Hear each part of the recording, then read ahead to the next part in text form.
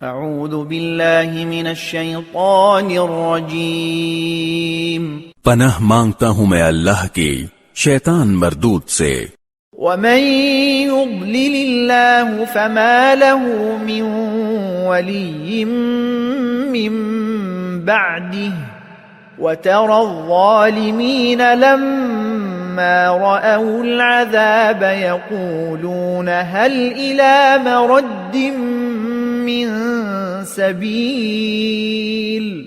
اور جسے اللہ گمراہ کر دے تو اس کے بعد کوئی نہیں ہے جو اس کا مددگار بنے، اور جب ظالموں کو عذاب نظر آ جائے گا تو تم انہیں یہ کہتا ہوا دیکھو گے کہ کیا واپس جانے کا بھی کوئی راستہ ہے۔ وَتَرَاهُمْ يُعْرَضُونَ عَلَيْهَا خَاشِعِينَ مِنَ الذُّلِّ يَنظُرُونَ مِن طَرْفٍ خَفِيٍّ وَقَالَ الَّذِينَ آمَنُوا إِنَّ الْخَاسِرِينَ الَّذِينَ خَسِرُوا أَنفُسَهُمْ وَأَهْلِيهِمْ يَوْمَ الْقِيَامَةِ أَلَا إِنَّ الظَّالِمِينَ فِي عَذَابٍ مُقِيمٍ۔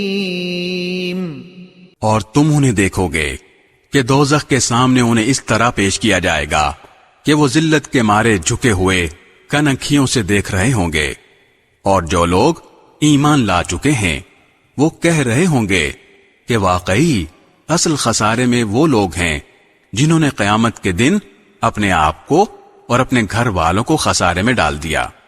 یاد رکھو کہ ظالم لوگ ایسے عذاب میں ہوں گے جو ہمیشہ قائم رہے گا۔ وَمَا كَانَ لَهُم مِّنْ أَوْلِيَاءَ يَنصُرُونَهُم مِّن دُونِ اللَّهِ وَمَن يُضْلِلِ اللَّهُ فَمَا لَهُ مِن سَبِيلٍ۔